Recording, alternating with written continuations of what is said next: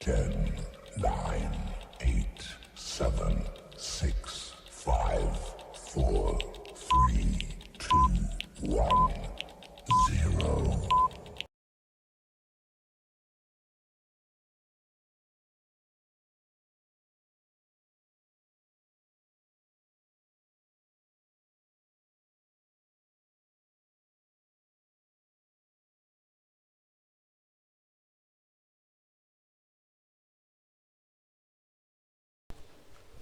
Last class में हम लोगों ने कैपिटल गेन के बारे में कुछ चीज़ें देखी थी, हाँ या ना? चलिए एक बार रिकैप कर लेते हैं थोड़ा जल्दी जल्दी। सेक्शन 45(1) बताया गया था, charging section of capital gain. Any profit or gain arising from transfer of a capital asset is to be charged to tax under the head capital gain in the same previous year in which the transfer took place, हाँ या ना? Detail में बात हो गई थी। दो words इसमें मैंने डिस्क्राइब किए, डिफाइन किए। सेक्शन 214 कैपिटल एसेट की डेफिनेशन, सेक्शन 247 ट्रांसफर की डेफिनेशन। पक्की बात? सेक्शन 214 कैपिटल एसेट की डेफिनेशन में बताया था दो चीज़ें। Capital asset means any property movable और immovable whether connected with the business of the assessee और not, and capital asset means any security held by FIIs, foreign institutional investors, as per the rules framed by SEBI। याद आया? चलो। But does not include, इसमें शामिल नहीं है पहला stock in trade, B को छोड़कर, ऊपर वाले बी को छोड़कर। क्लियर? जिसमें मैंने तुम लोग को बताया था ऐसा इसलिए किया गया ताकि हम उसको सेक्शन 1038, 112 एंड 111A का बेनिफिट दे सके, इसीलिए ऐसा किया गया है FIIs को बेनिफिट देने के लिए। तो stock in trade, personal effect इसमें शामिल नहीं है। क्या क्या? यानी वो कैपिटल एसेट में शामिल है jewellery, drawing, painting, work of art, sculptures, archaeological collection या थिंग्स। क्लियर?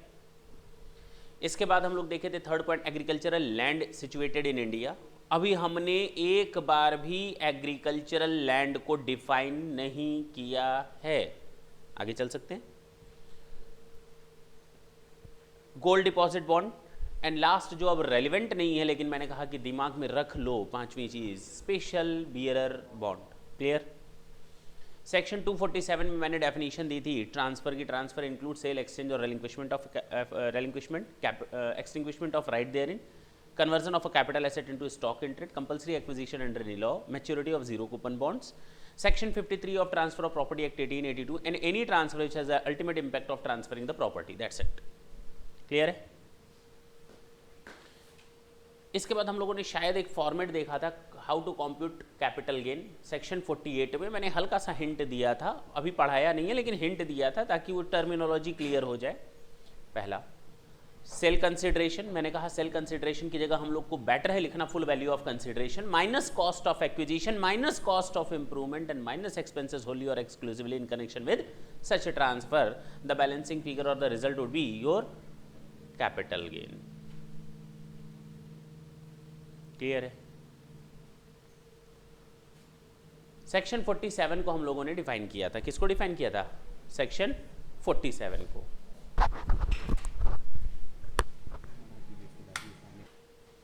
सेक्शन 47 जो सबसे इंपॉर्टेंट सीरीज है किस चीज़ की?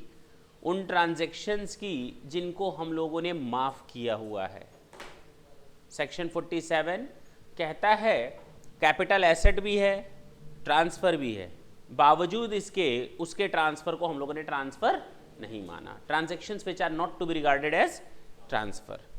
Now what are those transaction? First मैंने बताया था पार्टीशन ऑफ HUF, दूसरा मैंने बताया था गिफ्ट विल और इररिवोकेबल ट्रांसफर, थर्ड मैंने बताया था holding to subsidiary, subsidiary to holding company, provided these two conditions are satisfied. First condition, holding company hold 100% share in the subsidiary company and transferee company must be an Indian company। लेकिन कहा था ये section का exemption या section applicable नहीं होगा section 47 if any capital asset is a subject matter of transfer from holding to subsidiary और subsidiary to holding in both of these two cases. If capital asset has been transferred on or after 29th of February, on or after नहीं sorry, after 29th of February 1988 as a stock in trade, then the exemption will not be available. Clear है? अगर holding ने subsidiary को, subsidiary ने holding को कोई capital asset transfer की है 29 फरवरी 1988 के बाद as a stock in trade, then exemption is not available in that case. Clear?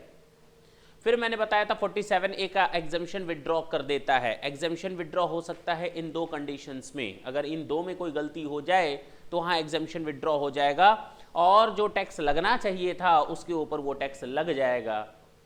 Case reopen करके, ओहो, यानी 5 साल पहले अगर गलती हुई थी तो 5 साल पहले का केस रीओपन होगा और उस पर टैक्स लगाया जाएगा. चला जाए किस सेक्शन में केस रीओपन होगा, अभी हम तुम लोगों से वो डिस्कस करने जाने वाले नहीं हैं. इतना याद रखो कि ये 2 पॉइंट हैं जब ये 2 गलतियां हो कि 8 साल के अंदर ट्रांसफरी कंपनी ने उस कैपिटल एसेट को अगर स्टॉक इन ट्रेड में कन्वर्ट कर लिया तो पहली गलती. दूसरी गलती, 8 साल के अंदर date to date holding company के पास 100% शेयर होल्ड ना किए हो, 99 हो जाए, 98 हो जाए, 97 हो जाए, क्योंकि 100% शेयर होल्ड किया हुआ था, वो 98 99 पर कन्वर्ट हो जाए या बिलो 100 हो जाए. तो यहां तक याद आया? 4 पॉइंट मैंने बताए. 5th पॉइंट मैंने बताया था amalgamating company to amalgamated company provided new company या transferee company is an Indian company. Foreign amalgamation to foreign amalgamating to foreign amalgamated company के केस में भी मैंने यही बताया था. लेकिन उस समय मैंने कहा था कि ये 2 कंडीशन से सेटिस्फाइड हो जाए. वो foreign amalgamation to foreign amalgamation process में अगर कोई एसेट ट्रांसफर होती है जिसमें इंडियन कंपनी के शेयर्स और सिक्योरिटीज होते हैं तो यहाँ पर उस पर टैक्स लग जाएगा. लेकिन अगर ये 2 कंडीशन सेटिस्फाई हो जाए तो टैक्स नहीं लगेगा. पहला, at least 25% share holder of the foreign amalgamating company are ready to become the share holder of foreign amalgamated company and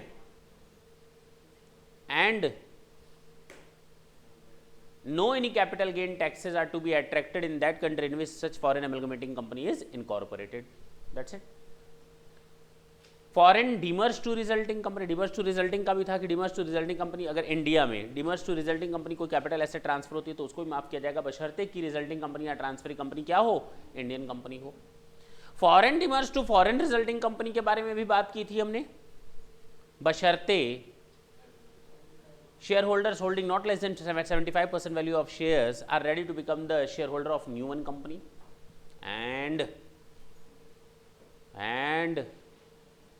no any capital gain taxes are to be attracted in that country in which such foreign demerged company is incorporated.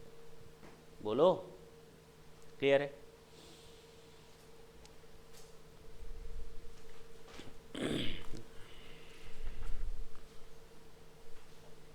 देखिए section 47 में जो आपको list दी गई है page number 2 पर, first point and second point हो चुका है, ठीक है. 7th पॉइंट हो चुका है, 8th पॉइंट हो चुका है, 9th पॉइंट हो चुका है, 12 एंड 13 पॉइंट हो चुका है. बोलो, इतने पॉइंट्स हम लोगों ने कवर कर लिए. आगे बात करें. अगर आपके पास कोई ड्राइंग है, पेंटिंग है, स्कल्पचर्स हैं, आर्कियोलॉजिकल कलेक्शन है, पेंटिंग, मॉन्स्क्रिप्ट है, हैंड राइटिंग है, या कोई नेशनल इंटरेस्ट की चीज़ है और आप उसको ट्रांसफ़र कर रहे हो नेशनल आर्ट गैलरी को, किसको? नेशनल आर्चीव्स गैलरी को, किसको? नेशनल म्यूजियम को, या किसी नोटिफाइड एसोसिएशन को जिसको सेंट्रल गवर्नमेंट ने नोटिफाई कर रखा है. तो आपका ऐसा ट्रांसफर माफ माना जाएगा। अगर तुम्हारे पास पेंटिंग है, नेशनल इंटरेस्ट की चीज है, मैं म्यूजियम हूं, चेहरा देखकर मत बोलना, मैं म्यूजियम हूं, मैं क्या हूं, तुमने वो पेंटिंग म्यूजियम को ट्रांसफर की कितने रुपए में? 5 करोड़ में। कि फ्री में? फ्री में, तो ही माफ माना जाएगा। क्यों? इतनी मार खाओगे, मैंने कहा ऐसा कुछ बोला एट फ्री ऑफ कॉस्ट। इसने मुझे वो पेंटिंग 5 करोड़ में ट्रांसफर की, बावजूद उसके ऊपर कोई कैपिटल गेन नहीं लगेगा। कितना भला काम किया है, 5 करोड़ में ट्रांसफर करके नहीं कितना भला काम किया है, वो नेशनल इंटरेस्ट की चीज गवर्नमेंट के हाथ में सौंप करके। अब क्लियर है? तो उसको क्या किया जाएगा? माफ किया जाएगा। अगर आपके पास कोई drawing, painting, scientific work, work of art, manuscript, handwriting, manuscript जानते हो ना क्या होता है? मॉनस्क्रिप्ट, हाँ बोलो बोलो। Handwritten documents. तो हैंड राइटिंग क्या होता है? लिपि, जो पुराने जमाने में देखो ना, किसी पेड़ के पत्ते पर लिख दिया या किसी जगह पर लिख दिया, वो मॉनस्क्रिप्ट, ठीक है ना। उसको अगर आपने ट्रांसफर किया है तो वो माफ माना जाएगा।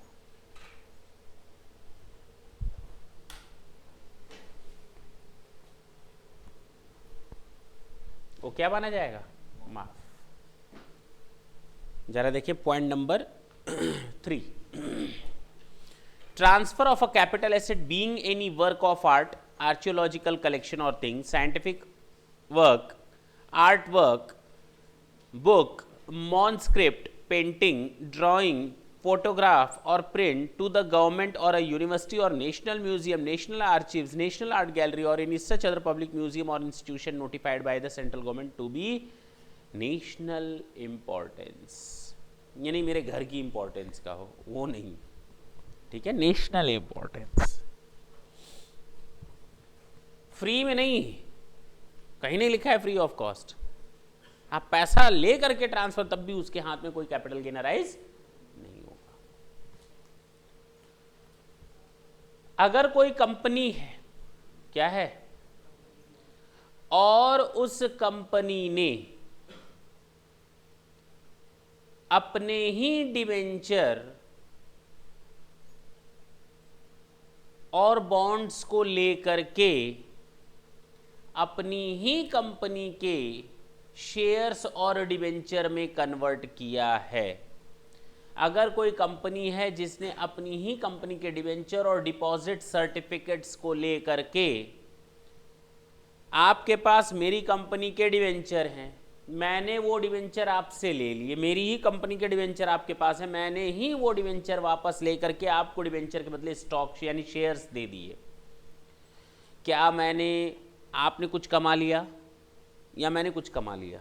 नहीं, कन्वर्जन है, लेकिन इनटू द सेम कंपनी। किसमें? सेम कंपनी में।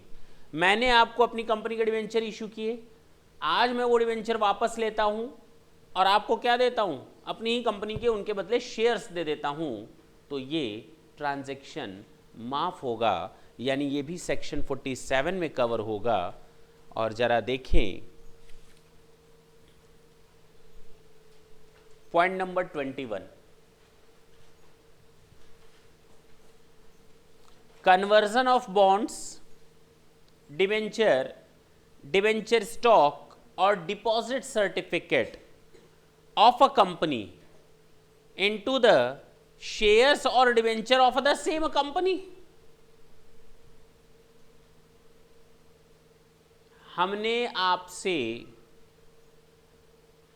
अपने ही डिवेंचर ले लिए और शेयर्स दे दिए, हमने आपसे अपने ही बॉन्ड्स ले लिए और आपको ढंग से देखना डिवेंचर दे दिए या शेयर्स दे दिए, कोई दिक्कत नहीं है। बॉन्ड्स लेकर के क्या दे दिए? डिवेंचर। बॉन्ड्स लेकर क्या दे दिया? शेयर्स। डिवेंचर लेकर क्या दे दिया?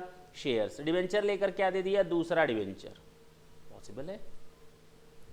डिपॉजिट सर्टिफिकेट्स और डिवेंचर स्टॉक, चार चीजें, debenture, bonds, debenture stock and deposit certificate. इनको मैंने लिया, मेरी ही कंपनी के शेयर तुम्हारे पास हैं और मैंने वो शेयर लेकर के तुमको क्या दे दिया, शेयर दे दिया। क्या वो इसमें नहीं आएगा?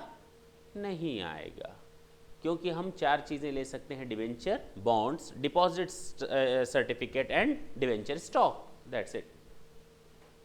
क्लियर हुआ? पक्की बात है। सर एक बात बताइए, प्रेफरेंस शेयर का रिडेम्पशन अगर होता है, किसका? प्रेफरेंस शेयर का अगर रिडेम्पशन होता है तो इसका मतलब क्या वो ट्रांसफर हो गया क्या? हाँ, केस है अनारकली साराभाई का। किसका? अनारकली साराभाई का।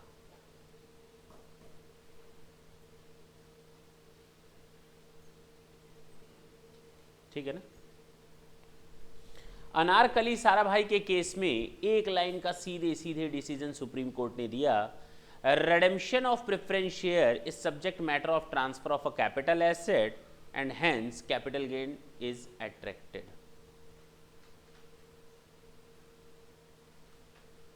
क्लियर है? क्यों भाई redemption of preference share क्यों माफ नहीं है? क्योंकि हमने आपका राइट छीन लिया, आपको आपके राइट से एक्सटिंग्विश कर लिया। अब आपका उन शेयरों पर कोई अधिकार नहीं है। Extinguishment of right therein. Transfer होता है ना। और क्या प्रेफरेंस शेयर कैपिटल एसेट होता है? हाँ, क्योंकि उन पांच में नहीं आता। क्या ये पर्सनल इफेक्ट है? क्या प्रेफरेंस शेयर हमारा स्टॉक इन ट्रेड है? क्या वो एग्रीकल्चरल लैंड है? क्या वो गोल्ड डिपॉजिट बॉन्ड है? क्या वो स्पेशल बियरर बॉन्ड है? जब है ही नहीं तो वो कैपिटल एसेट हो गया ना। और जब कैपिटल एसेट हो गया तो कैपिटल एसेट है और ट्रांसफर है। ट्रांसफर क्यों है? Extinguishment of right therein. हो गया ना ट्रांसफर। किस केस में ये फाइनल किया गया था? अनारकली साराभाई। ठीक है ना? आगे चल सकते हैं।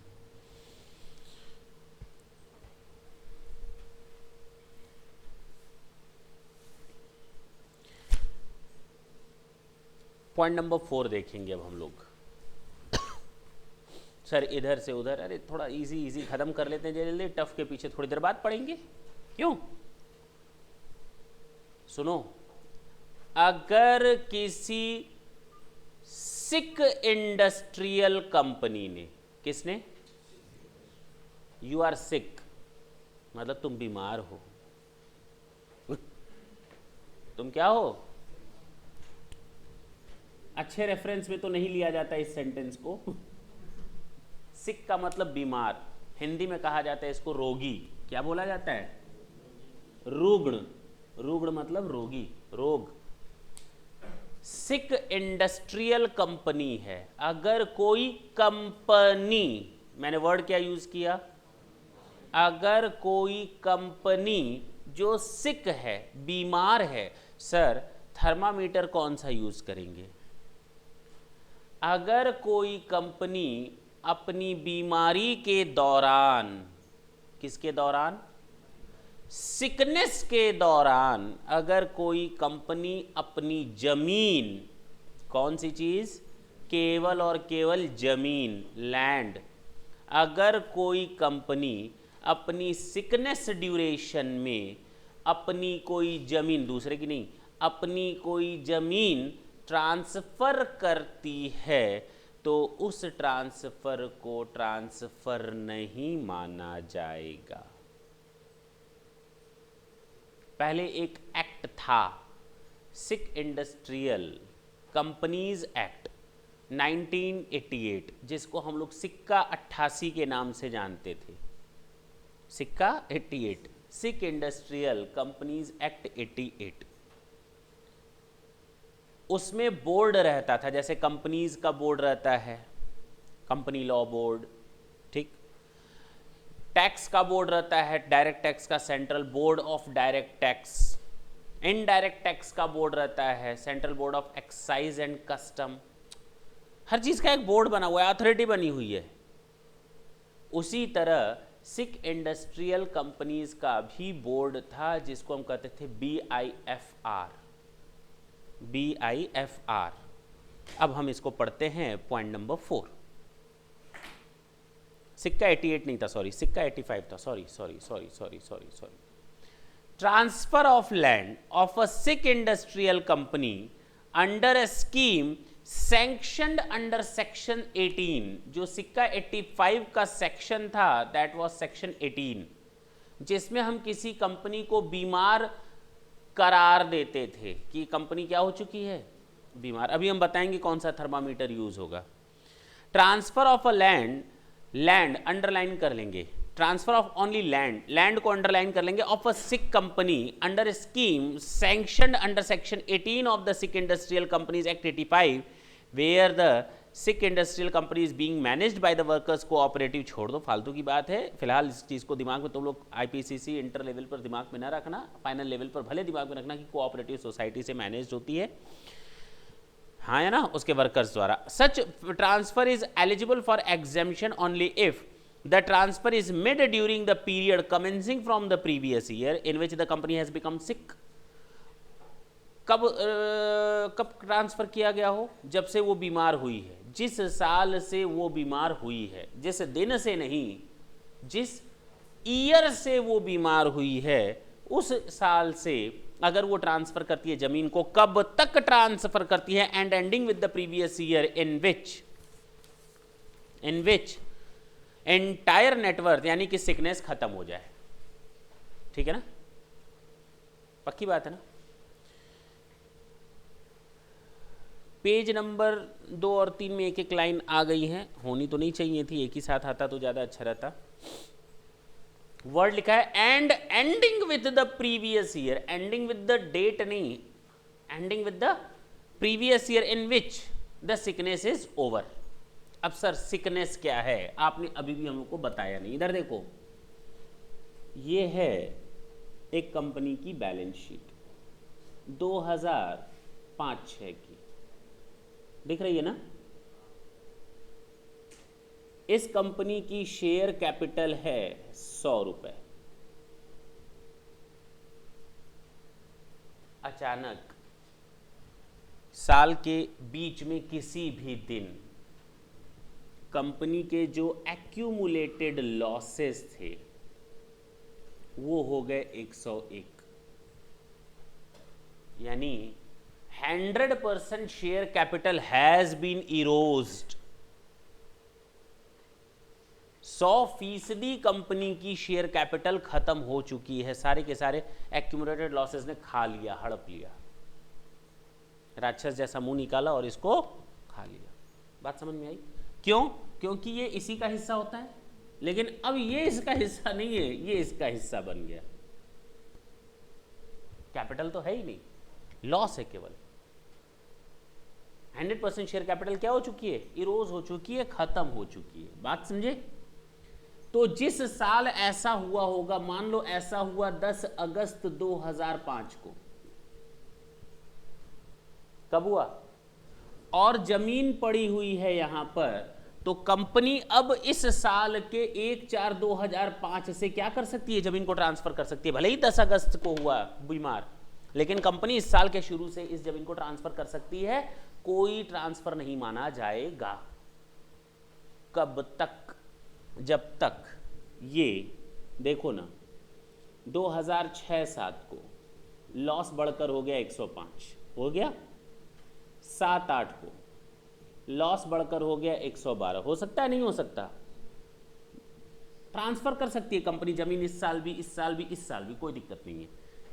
और इस साल 9-10, चलो 8-9 में लॉस हो गया कंपनी का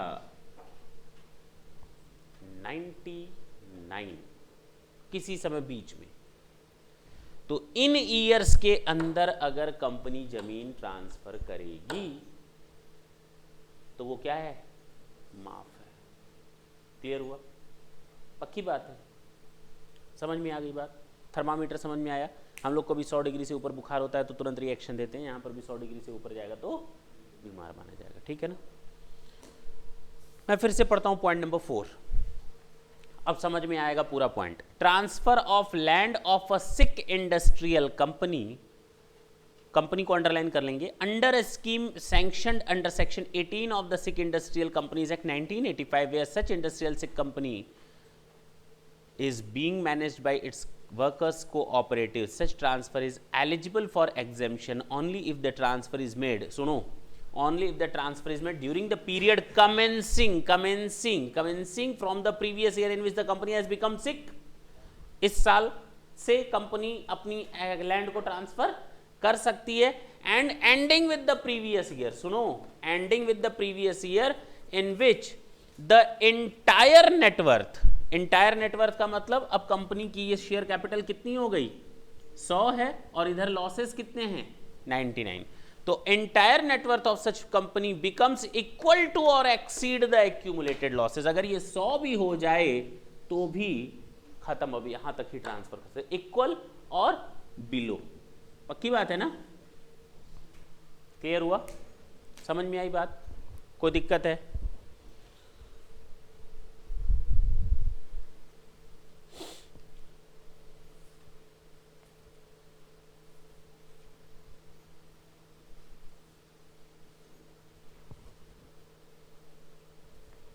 पॉइंट नंबर 10 देखें।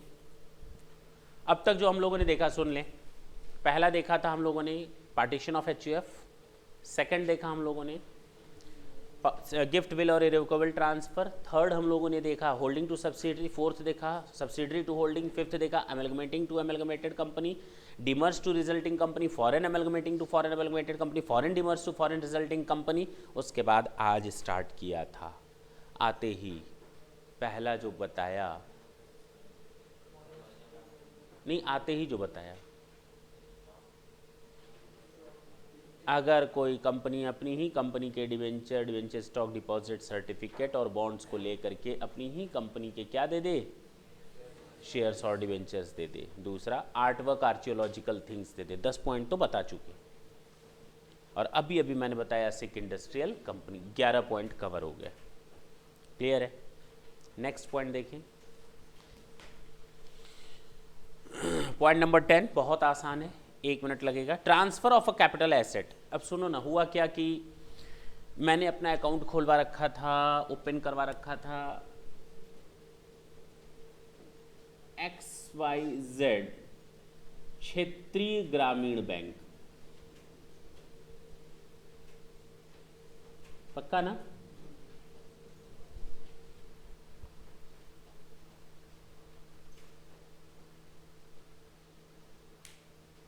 अब इन सारे क्षेत्रीय ग्रामीण बैंक को खत्म करके क्या बना दिया गया, एक पूर्वांचल बैंक बना दिया गया। कौन सा बैंक बना दिया गया? हुआ क्या था, मैंने अकाउंट किस में खुलवाया था, XYZ में। मुझे जो रसीद मिलती थी, जो चेक बुक मिलती थी, सब XYZ क्षेत्रीय ग्रामीण बैंक की मिलती थी। एक दिन सुबह सुबह मैंने गाड़ी उठाई, बैंक के सामने गाड़ी रोकी, ऊपर देखा, ये क्या, XYZ क्षेत्रीय ग्रामीण बैंक तो है ही नहीं, उसकी जगह क्या लिखा हुआ है, पूर्वांचल बैंक। ये बात वही हो गई कि तुम लोग डेली आते थे, बाहर बोर्ड टंगा रहता था बदलानी क्लासेस का। एक दिन अचानक जब एंट्री करने लगे, गाड़ी रोकी, बाहर देखा, अरे ये क्या, Badlani classes private limited, company का नाम तो चेंज हो गया, कंसर्न का नाम क्या हो गया, चेंज हो गया।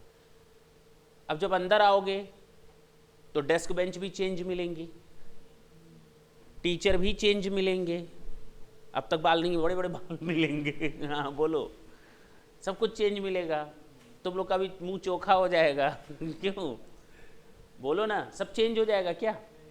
नहीं होगा, सब वैसे ही रहेगा जैसे है, केवल बाहर का एक बोर्ड चेंज हुआ, दैट्स इट। तुम लोग को पता भी नहीं चला कि हम लोगों ने अंदर अंदर इंटरनली प्रोसेस क्या किया, पेपर वर्क किया कि कल बोर्ड चेंज हो गया। अब ऐसा नहीं तुम लोग आओगे तो दोबारा फीस ली जाएगी या दोबारा तुम लोग को असाइनमेंट्स दिए जाएंगे नए नए, ऐसा तो है नहीं, सब वही रहेगा जैसे चल रहा था। उसी तरह जब मैं बैंक में गया, मैं बाहर देखकर हक्का बक्का रह गया, अंदर एंट्री किया, मैंने देखा अच्छा ये तो वही है, पुराने लोग मायूस वही चेहरा लेकर के बैठे हुए हैं, ठीक है। हमें लगा था कुछ नयापन मिलेगा, लेकिन कुछ नयापन नहीं मिला। सारे डेस्क, बेंच, कुर्सी, इवन मैनेजर, जो क्लर्क है, कैशियर है, सब वैसे ही जैसे थे। लेकिन हाँ, अब मुझे जो चेकबुक मिलेगी या जो स्लिप मिलेगी सब पूर्वांचल बैंक के नाम से मिलेगी। बैंकों का क्या हुआ? मर्जर हो गया, कई छोटे छोटे बैंक मिला करके एक बैंक बना दिए गए। क्लियर है? कई छोटे छोटे ग्रामीण बैंक को मिला करके एक बैंक बना दिया गया। देखो तो वो भी क्या है? ट्रांजैक्शन, माफ है। क्या ट्रांसफर हो गई कुर्सी, बेंच, कुछ कमा लिया गया है क्या? वो तो एक पब्लिक को बेनिफिट देने के लिए हम लोगों ने ऐसा काम किया। Transfer of a capital asset, point number 10, by a banking company to a banking institution in a scheme of amalgamation. Amalgamation और बैंक अंडरलाइन कर लो, बात खत्म हो गई। Brought into force by the central government, brought into force by the central government. Central government की scheme से अगर कोई बैंकिंग टू बैंकिंग कंपनी का क्या हो रहा है? एमलगमेशन हो रहा है, तो क्या माना जाएगा? माफ। कोई दिक्कत है इसमें? मतलब तुम्हारी मर्जी है, बैंकों को तुम एमलगमेशन ऐसे ही कर दोगे बिना गवर्नमेंट की परमिशन के? कैसे एमलगमेशन हो जाएगा? तुम हमें जरा बताओ ना। बैंक ऐसे ही खुल जाती है, तुम अपने नाम से बैंक खोल सकते हो, गांधी जी की जगह अपनी फोटो लगा सकते हो, अपने नाम से बैंक खोलोगे, जोशी बैंक।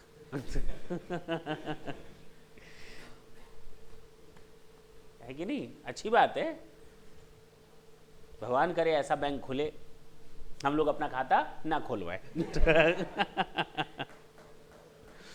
यहां तक क्लियर है? नहीं, वो बैंक वाला नहीं, इधर यहां तक क्लियर है सब। पॉइंट नंबर 11 देख लें, जो अब तक पढ़ाया उसी का कुछ नया चीज मिलेगा।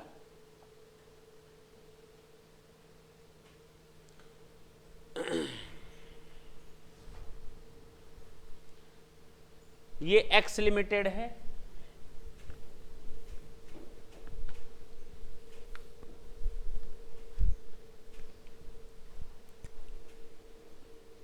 और ये वाई लिमिटेड है। ये कंपनी खत्म और इस कंपनी ने इस कंपनी को खरीद लिया, एमलगमेशन हो गया। इसकी सारी एसेट्स अब इसकी एसेट्स, इसकी लायबिलिटीज इसकी लायबिलिटी। अब चाहे पूरी या आधी, वो बात की बात है। एमलगमेशन के लिए हमको फिर उसके डेफिनेशन को देखना पड़ेगा, what is the meaning of amalgamation और मर्जर। ठीक है ना? पक्की बात। इसकी एसेट्स इसके पास चली गई, इसकी लायबिलिटीज इसके पास चली गई। चलो ये तो ठीक है, इसकी एसेट्स इधर चली गई, कैपिटल गेन नहीं माना जाएगा, माफ है। क्या है? हमने क्या भूल की जो ये सजा हमका मिली? किनको? शेयर होल्डर्स को। इनका क्या दोष? पूछो ना क्यों? जब ये कंपनी की एसेट्स और लायबिलिटीज इधर जाएगी तो ये कंपनी कुछ ना कुछ परचेस कंसिडरेशन इस कंपनी को देगी, और वो परचेस कंसिडरेशन एक्स लिमिटेड लेकर भाग जाएगी। हाँ, बांट देगी ना, किन में? शेयर होल्डर में। और जब शेयर होल्डर को उनका पेमेंट मिलेगा तो transfer of a capital asset हो गया या नहीं? किया कुछ नहीं, किया कुछ नहीं, टैक्स देना पड़ रहा है। जिस कंपनी ने किया उसको आप माफ कर रहे हो, उसको आप माफ कर रहे हो, लेकिन बिन बुलाए मुसीबत आन पड़ी किनके ऊपर? शेयर होल्डर के ऊपर। क्या उनके ऊपर टैक्स लगा दोगे? नहीं, उनको भी माफ करेंगे, चाहे वो एमलगमेशन का केस हो, चाहे वो डीमर्जर का केस हो, चाहे वो एमलगमेशन का केस हो, चाहे वो तो shareholders of amalgamation process and shareholders of demerger process. Point number 11, point number 11, transfer of capital asset being share held by shareholder. इधर देखो, ट्रांसफर ऑफ कैपिटल एसेट, इनका transfer हुआ। Capital asset क्या है? Share. Held by share in the amalgamating company is exempt if the following conditions are fulfilled. Number 1, the transfer is in consideration of shares only. बेटा share के बदले share मिलेगा तो ही माफ होगा। यानी आप इस कंपनी में अब शेयर होल्डर ना बनो, अब आप इस कंपनी में शेयर होल्डर बन जाओ तो आपके ऊपर कोई कैपिटल गेन नहीं लगेगा। अगर आप एक्सेप्ट कर ले तो हमको तो कैश चाहिए, हम तो उस कंपनी में नहीं जाएंगे, तो बेटा टैक्स भी दे दो, इतने नखरे अच्छे नहीं हैं। यहाँ की एसेट यहाँ गई, यहाँ की लायबिलिटी यहाँ गई, आप भी चुपचाप यहाँ से उठकर यहाँ चले जाओ, माफ है, माफ है। लेकिन अगर आपने कहा मुझे शेयर के अलावा डिवेंचर भी चाहिए, या कंपनी ने डिवेंचर बांट दिया, कैश बांट दिया, कुछ और बांट दिया, भैया नहीं मानने वाले। शेयर के बदले क्या मिलेगा? शेयर मिलेगा, खून का बदला तो शेयर का बदला शेयर। और दूसरी कंडीशन तो जानते ही हो, एमलगमेटेड कंपनी यानी कि transfer company must be N Indian company. Clear है? फिर से पढ़ते हैं पॉइंट नंबर 11, तैयार हो गया। Transfer of a capital asset being share held by a shareholder in the amalgamating company is exempt if the following two conditions are satisfied. Number 1, the transfer is made in consideration of allotment to him of shares, any share नहीं, shares any हटा देना, shares in the amalgamated company. दूसरा, the amalgamated company is an Indian company. That's it. Clear हुआ? नीचे देखें,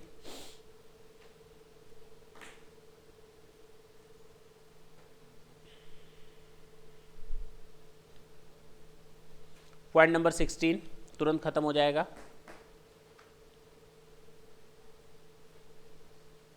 (15 and 16) transfer of a capital asset by predecessor cooperative bank to a successor cooperative bank in a scheme of business reorganisation is exempt. Cooperative बैंकों को reorganise किया गया, जैसे banking to banking, उसी तरह cooperative bank to cooperative bank.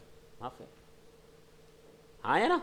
उनके share holder को भी माफ करो, उनके देखो, transfer of shares held by the share holder in predecessor cooperative bank जो खत्म हो रहा है, in lieu of the share issued by the successor cooperative bank जो कोऑपरेटिव बैंक बना हुआ है नया, in a scheme of business reorganisation is exempt. बात तो वही है। अब चाहे डीमर्जर का केस हो, चाहे कोऑपरेटिव बैंक का केस हो, अब चाहे एमलगमेशन का केस हो, इन केसेस में इनके शेयर होल्डर्स को भी माफी दी गई है। क्लियर है? पक्की बात है? बोलो, बात खत्म।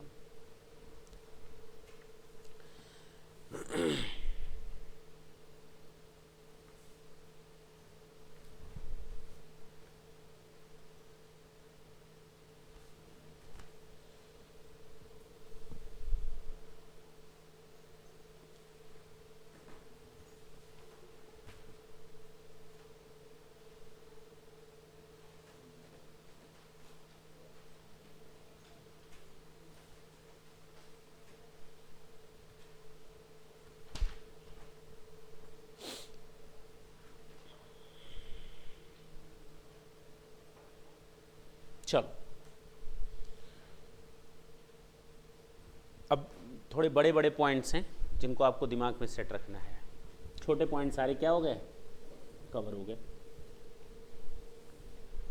पहला पॉइंट मैंने बताया था सेक्शन 47 में, पार्टीशन ऑफ एचयूएफ, याद आया? दूसरा, गिफ्ट विल, याद आया? थर्ड बताया होल्डिंग टू सब्सिडरी, फोर्थ बताया सब्सिडरी टू होल्डिंग। इसमें अमेंडमेंट बताया था 29 फरवरी 88 के बाद वाला स्टॉक इन ट्रेड, और इसमें सेक्शन 47A का विड्रॉन ऑफ एग्जेम्पशन भी बताया था। फिफ्थ बताया था एमलगमेटिंग प्रोसेस में, सिक्स्थ बताया था demerge, seventh banking to banking company का एमलगमेशन, याद आया? एर्थ को ऑपरेटिव बैंकिंग का, याद आया? सारी चीजें एक जैसी। इसके बाद फॉरेन एमलगमेटिंग कंपनी का बताया, उसके बाद फॉरेन डीमर्ज का बताया, बोलते क्यों नहीं, और उसके बाद शेयर होल्डर का बताया एमलगमेशन प्रोसेस में, अगर उनको शेयर के बदले शेयर मिलते हैं और ट्रांसफर कंपनी इंडियन कंपनी हो। 12th बताया डीमर्ज के केस में, सेम वही चीज। 13 आर्कियोलॉजिकल कलेक्शन आर्टवर्क के बारे में बताया, अगर कोई कंपनी अपनी ही कंपनी के डिवेंचर बॉन्ड्स डिपॉजिट सर्टिफिकेट्स वगैरह लेकर अपनी कंपनी के शेयर और डिवेंचर दे तो माफ होता है। कोई अगर सिक इंडस्ट्रियल कंपनी है हाँ या ना, उसके लिए बताया। 88 गलती से निकल गया था, बाद में मैंने कहा 85 है, 1985 सेक्शन 18 के हिसाब से। क्लियर है? कोई दिक्कत हो तो बोलो, कुछ छूट रहा हो तो बताओ तो हम लिख लें। हो गया को share holder of cooperative bank, और बोलो बस ना, इतना ही तो बताया अब तक, और सारे सिंपल सिंपल पॉइंट तैयार हैं। अब बोलो ना, अब आए अच्छे अच्छे पॉइंट्स पे।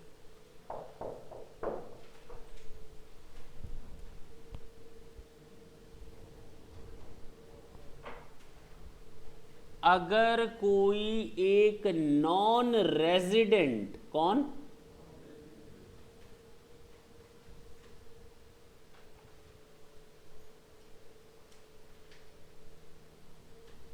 एडीआर, जीडीआर या एफसीसीबी को ट्रांसफर करता है किसी दूसरे नॉन रेसिडेंट को, तो इसका ट्रांसफर नहीं माना जाता।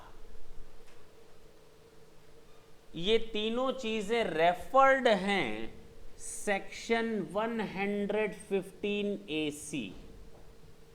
If any non resident transfers the securities which are referred under section 115AC to other non-resident, the transaction is exempt.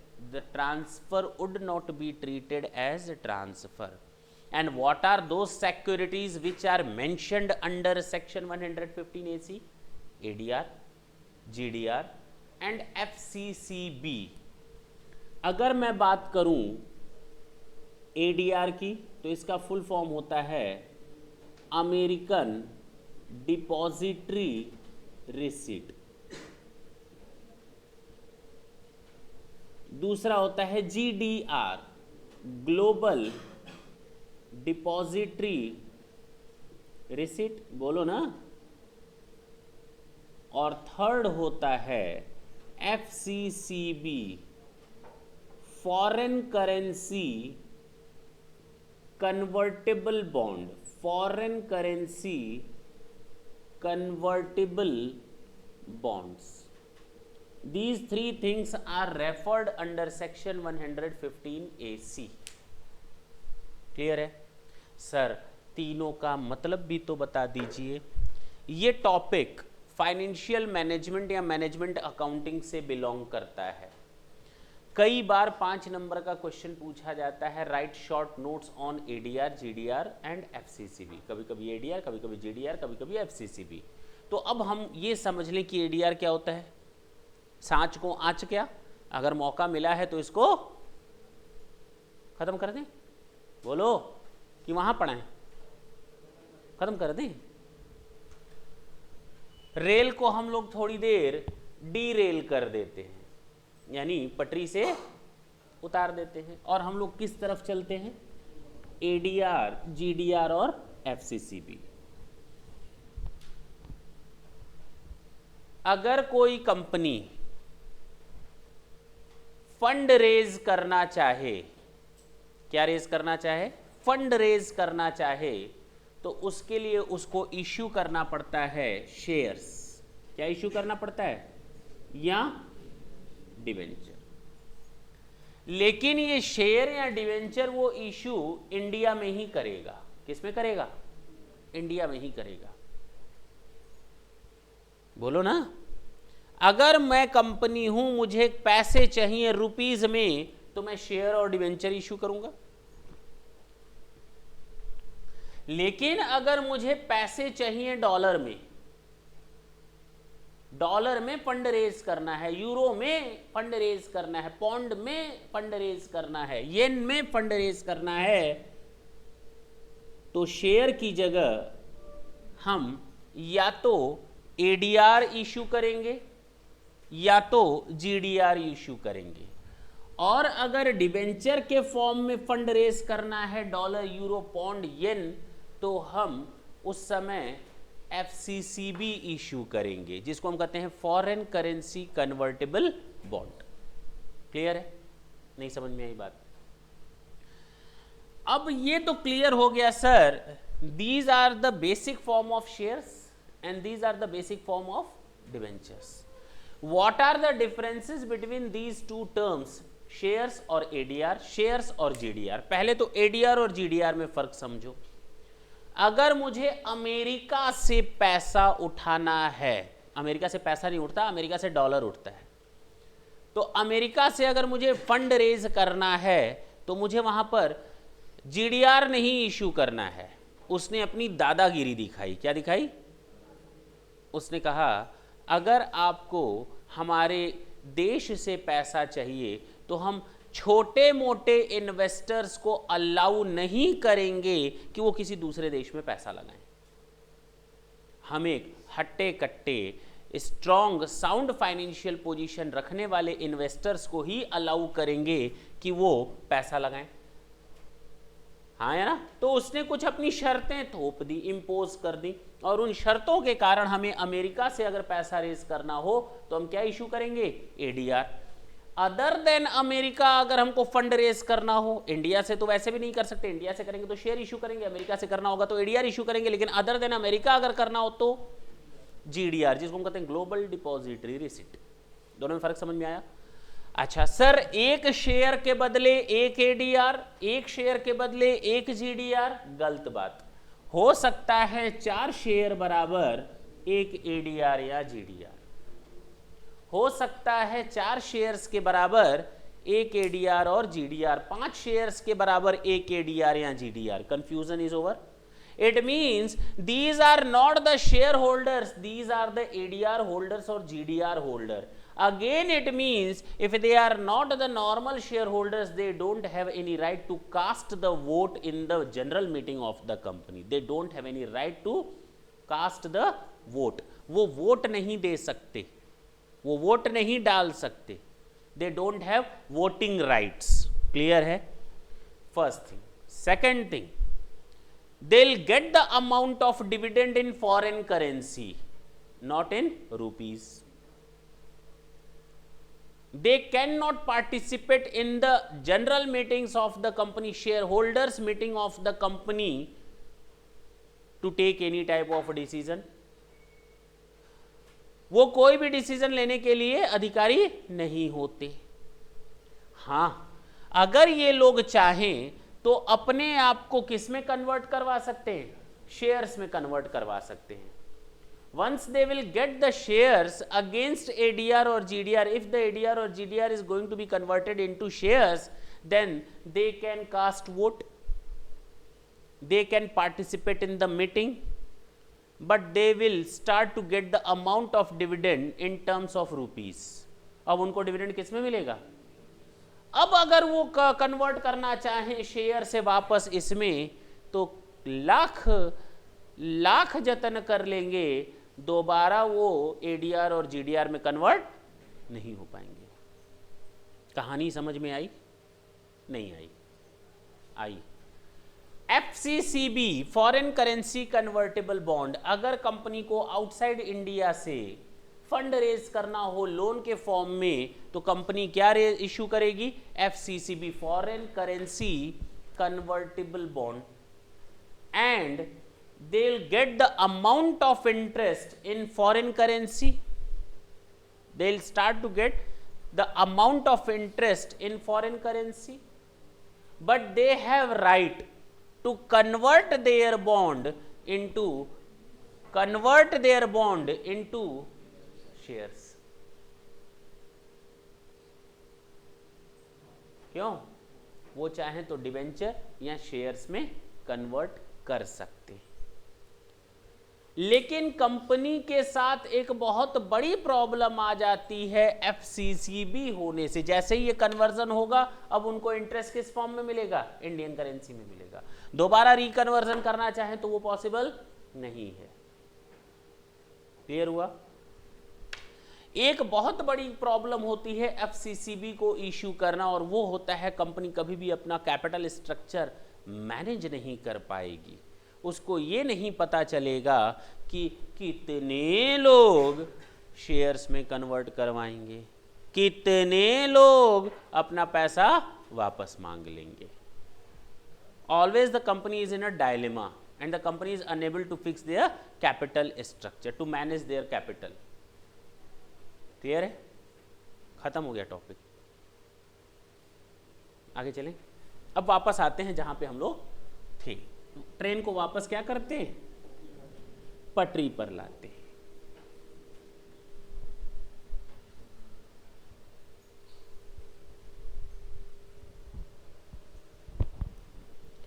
Section 115 AC में रेफर्ड है कितनी सिक्योरिटीज? 3, एडीआर, जीडीआर और एफसीसीबी. बेसिक पर्पस क्या था इन सिक्योरिटी को इशू करना? कि हमें फॉरेन फंड में पैसा मिले. अगर एक नॉन रेसिडेंट इन सिक्योरिटीज को दूसरे नॉन रेसिडेंट को अगर ट्रांसफर करता है तो क्या मेरा ये पर्पस डिफीट हो गया या पर्पस जैसा चल रहा था वो फुलफिल हो रहा है?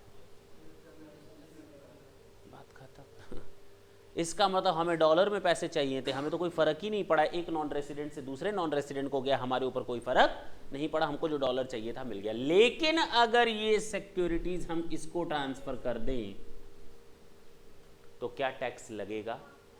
हाँ, पक्की बात है ना. जरा देखते हैं एक छोटा सा टॉपिक एग्जाम्पल के तौर पर, तुम लोग का दिमाग कितना चलता है. ए, B, C, D and E. Non-resident, non-resident, non-resident, non-resident and resident. पक्की बात है. इसने खरीदा था ADR 500 में, सेल किया 700 में. इसने बेचा 900 में, इसने बेचा 1000 में, इसने बेचा 1100 में, इसने बेचा 1500 में. तो बट ऑब्वियस है सेल हुआ है 700 में तो इसने खरीदा होगा 700 में. इसने बेचा है 900 में तो इसने खरीदा होगा 900 में. सोचना ही नहीं है.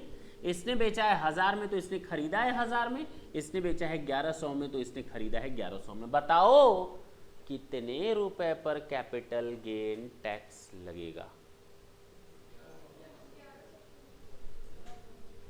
कितना?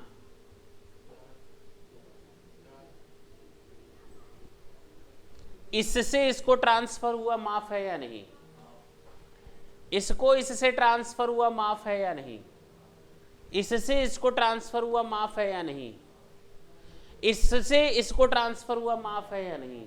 जब माफ नहीं है तो बेटा बोलो ना इधर टैक्स लगेगा इधर नहीं लगेगा. इधर तो इंडियन कंसेप्ट में कंसर्न में आ गया.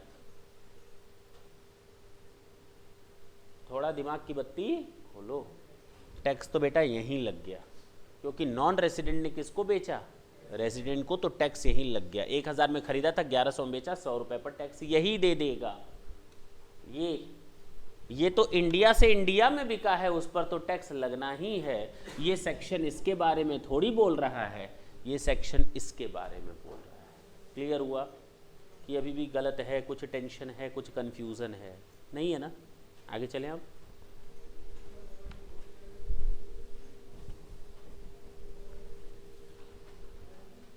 देखिए कौन सा पॉइंट था ये.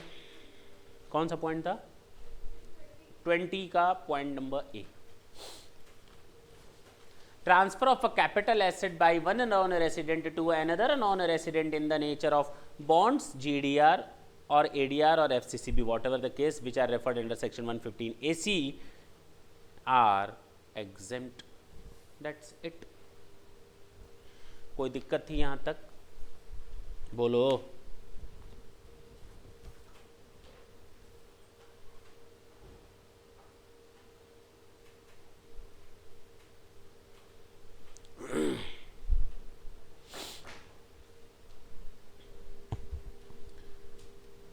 देखें इधर. अब हमारे 2 पॉइंट जल्दी जल्दी खत्म होने वाले हैं. एक पॉइंट थोड़ा टाइम लेगा, दूसरा पॉइंट उसके साथ साथ जल्दी जल्दी खत्म हो जाएगा. ठीक है ना. अगर कोई पार्टनरशिप फर्म को कोई कंपनी टेक ओवर कर ले, क्या कर ले? Taken over by company.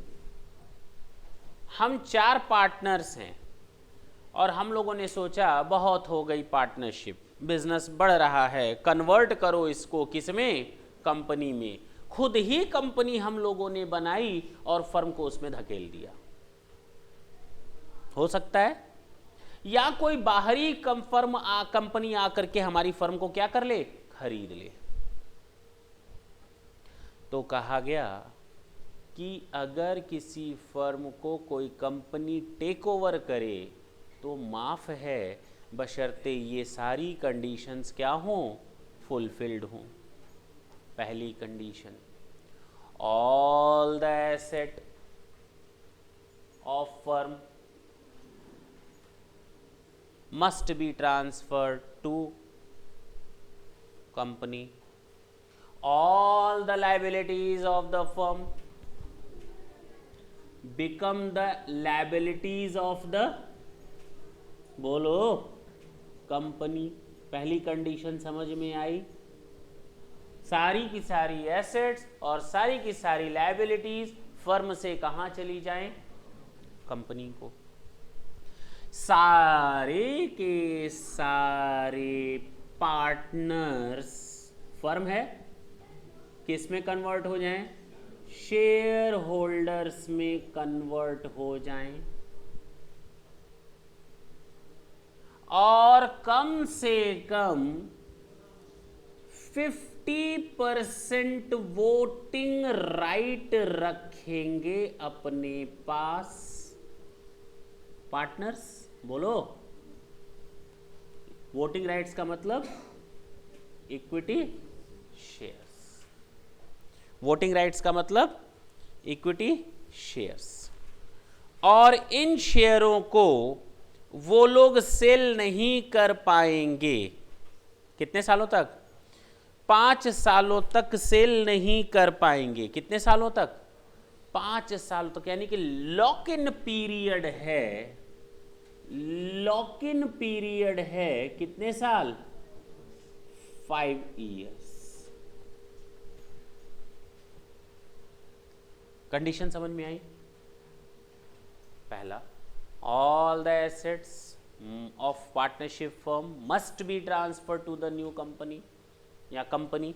All the liabilities of the partnership firm will become the liabilities of the company.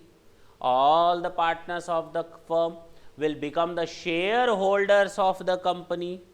The partners will hold at least 50% voting rights in the company, and they'll hold those shares for 5 years at least. लेकिन फिर एक पेच फंसा, फिर एक पेच फंसा। वो पेच फंसा कि ये जो पार्टनर्स हैं किस रेशियो में वोटिंग राइट्स रखेंगे आपस में। बवाल मच जाएगा, पार्टनर पार्टनर के बीच में लड़ाई हो जाएगी, हो जाएगी ना। कहा गया कि इसका भी हम सॉल्यूशन दे देते हैं, किस रेशियो में रखना है। Capital amount ratio as on the date of taken over. जिस दिन फर्म कंपनी में कन्वर्ट हो रही है या उसको कंपनी ले रही है, उस दिन जो कैपिटल अमाउंट एग्जिस्ट कर रहा था प्रॉफिट लॉसेस जोड़ घटा करके, उस रेशियो में इन लोगों को ये अपने शेयर्स बांट लेने हैं। That's it. और उन रेशियो को मैनेज करना है कितने सालों तक। जरा पॉइंट नंबर 17 देखें। Any transfer of a capital asset or intangible asset by a firm, AOP, BOI to a company as a result of succession or transfer of a capital asset to a company in the course of dematerialization or corporatization of recognized stock exchange in India as such. All the asset and liabilities of the firm or AOP, BOI relating to the business immediately before the succession shall become the asset and liabilities of the company. दूसरा, all the partners of the firm immediately before the succession becomes the shareholder of the company in the same proportion, underline कर लो, same proportion in which their capital account stood in the books of the firm as on the date of the succession या taken over या conversion। बोलो, The partners of the firm do not receive any consideration or benefit directly or indirectly in any form other than by way of allotment of shares in the company. उनको केवल और केवल क्या मिलना चाहिए? क्या मिलना चाहिए? Only shares, only shares. ठीक है? The partners of the shareholding in the company of the partners of the firm is not less than 50% of the total voting power in the company, and the same is to be maintained for a period of 5 years from the date of the succession. From the date of the succession, date, year नहीं, date underline कर लो. अब बात समझ में आई? बोलो. खत्म. अगर ये पार्टनरशिप फर्म पार्टनरशिप नहीं होती, अगर ये एसोसिएशन ऑफ पर्सन एओपी नहीं होता, अगर ये बॉडी ऑफ इंडिविजुअल नहीं होता, ये क्या होता? Proprietorship business. क्या होता? एक प्रोपराइटरशिप कंसर्न को अगर कोई कंपनी टेक ओवर करे तो उसकी सारी एसेट्स किसकी कब बन जाए? सारी लायबिलिटी अब किसकी बन जाए? जो प्रोपराइटर है वो वहां क्या बन जाए, और उसको वहां से क्या मिले, और कितने परसेंटेज शेयर होने चाहिए उसके पास, और किसके पास जाने चाहिए? रेशियो का तो लोचा ही नहीं है, क्योंकि पार्टनर तो यहां, और कितने सालों तक मैनेज करना है. हो गया पॉइंट नंबर आपका 18. खत्म. समझ में आई बात? नहीं.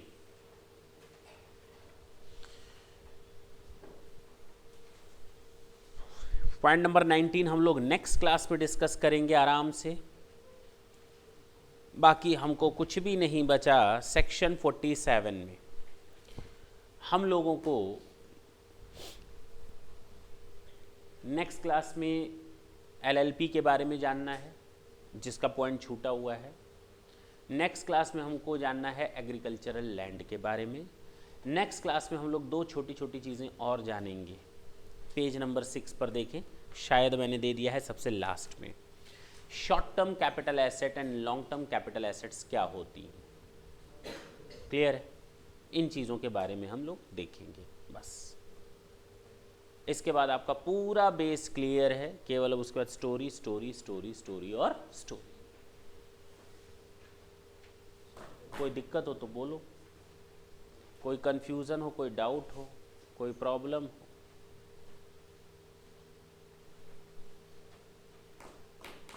थैंक यू बच्चों.